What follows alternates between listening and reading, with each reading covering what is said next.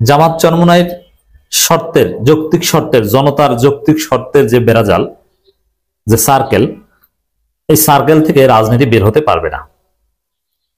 বিএনপির ভবিষ্যৎ অনিশ্চিত।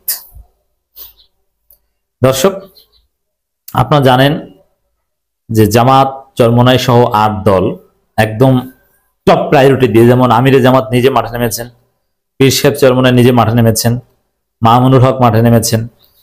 এরা সবাই মিলে সেই মামুনুল হক আবার সেই পুরনো দিনের গর্জন দেওয়া শুরু করেছেন। আওয়ামী লীগের বিরুদ্ধে যেভাবে হুঙ্কার দিতেন সেরকম হুঙ্কার দেওয়া শুরু করেছেন, এবং সেটা জামাতের সাথে ঐক্যবদ্ধ হয়ে।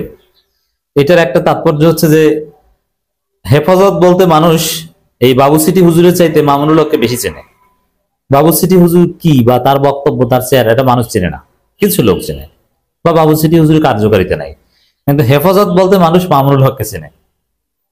তাহলে এই হেফাজত নেতা মামুনুল হক কিন্তু জামাতের সাথে আছেন। তাহলে হেফাজতের যে বিএনপির দালাল গ্রুপ, আরো কি কাশিমি টাশিমি, এগুলো কি কেউ চেনে বলেন? মামুনুল হকেরও যে আহামরি ভোট আছে তা না, কিন্তু আলেম হিসেবে মামুনুল হককে চেনে না এমন কোন লোক নাই। কিন্তু কি কাশিমি একটা আছে, খাজুর গাছ মার্কা, কি এগুলোকে কেউ চেনে? আমি চিনি না। আর বাবু সিটি হুজুরের কোনো পলিটিক্যাল নেসেসারি নেই।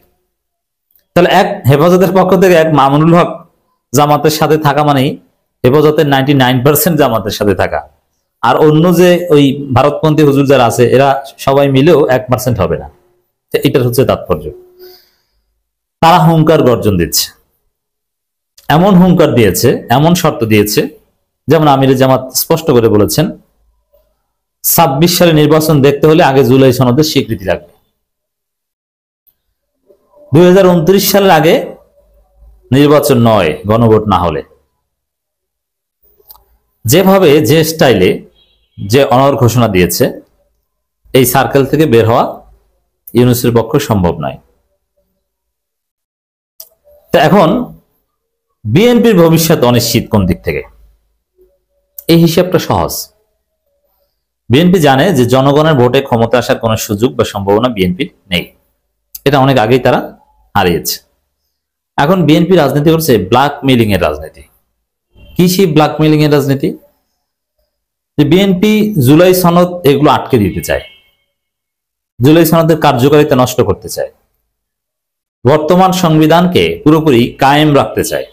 এখন বর্তমান সংবিধানকে কায়েম রাখলে জুলাই সনদকে যদি কোনোভাবে অকার্যকর করে দেওয়া যায়, জাতীয় নির্বাচনের দিন গণভোটের ব্যবস্থা করে বা গণভোটকে একদম বাতিল করে বা নোট অফ ডিসেন্ট দিয়ে, যেভাবেই হোক না কেন, যদি জুলাই সনদের আইনি ভিত্তি আটকে দিতে পারে, আর বর্তমান যে সুপ্পুর যে হাসিনা মুজিবের যে সংবিধান, ভারতের সংবিধান, ওটাকে যদি কায়েম রাখতে পারে, তাহলে ইউনূসের ফাঁসি, উপদেষ্টাদের ফাঁসি, নাহিদ ইসলাম, আসিফ মাহফুজদের ফাঁসি নিশ্চিত, সাদিক ক্যান্দের ফাঁসি নিশ্চিত।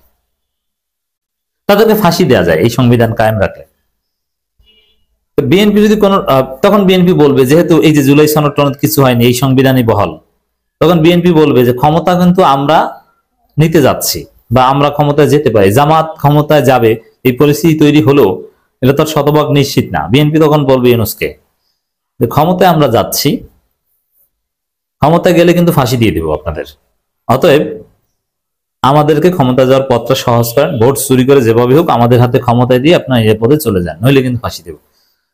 কারণ জুলাই সনদ আটকে দিতে পারলে, গণভোট না হলে জুলাই সনদের আইনি ভিত্তি আটকে দিতে পারলেই, রাষ্ট্রপতির মাধ্যমে অর্ডিন্যান্স জারি করাতে পারলে, যেটাকে আমরা চাই, আমরা চাই প্রধান উপদেষ্টা জারি করবে, ওইটা করতে মানে এক্সিস্টিং সংবিধান বহাল রাখতে পারলেই ইউনূস উপদেষ্টাদের ফাঁসি নিশ্চিত। ওই ফাঁসির ভয় দেখিয়ে তারপরে বিএনপি বলবে যে আমাদেরকে ক্ষমতা এনে দেন সহজে, নইলে খবর আছে। এই ব্ল্যাকমেইলিং এর রাজনীতি করছে। বিএনপির সাথে জনগণ নাই বা বিএনপির ভোট নাই। এই দিক থেকে বিএনপির ভবিষ্যৎ অনিশ্চিত। কারণ এই ফাঁসির ভয় বা ফাঁসির ব্যবস্থা যে করতে চায় ইউনূস এবং বিপ্লবীদের, এটা তো ইউনূস বুঝেন, এটা ইউনূস জানেন। অতএব ইউনূস তার নিজের ফাঁসির ব্যবস্থা নিজে করবেন না। এই জায়গায় বিএনপির ভবিষ্যৎ অনিশ্চিত। জামাত চরমোনাই সহ সব দল যে যৌক্তিক শর্ত দিয়েছে, শর্তের মূল কথা একটাই, জুলাই সনদের আইনি ভিত্তি গণভোট ছাড়া 26 সালের কোন নির্বাচন নয়। এখন জামাত চরমনায় নির্বাচন না করলে আওয়ামী লীগকে নিয়ে নির্বাচন করবেন? তারা নির্বাচন ঠেকানোর আন্দোলন করলে কোশ্চিনকালেও বিএনপি কিছু করতে পারবে বা সরকার কিছু করতে পারবে? সেই নির্বাচন কখনোই না। এই জায়গা থেকে বের হওয়ার সুযোগ নেই, রাজনীতি পুরোপুরি ঘুরপাক খাচ্ছে, আটকা।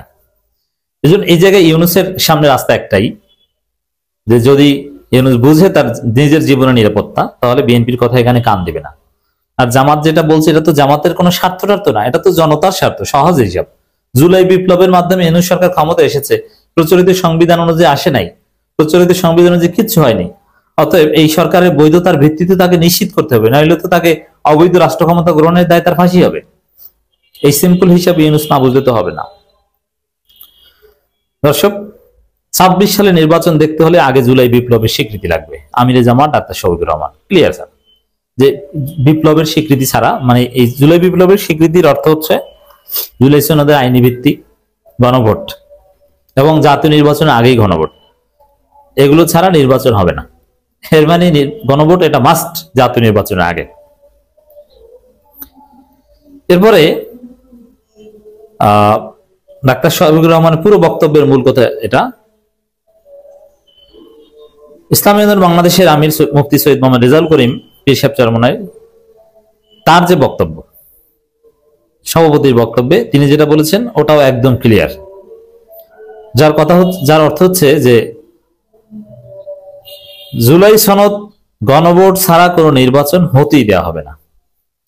এবং সবচেয়ে ঘাট তারা কথা বলেছেন মামুনুল হক, নির্বাচন হতে দিব না, ঠেকিয়ে দিব।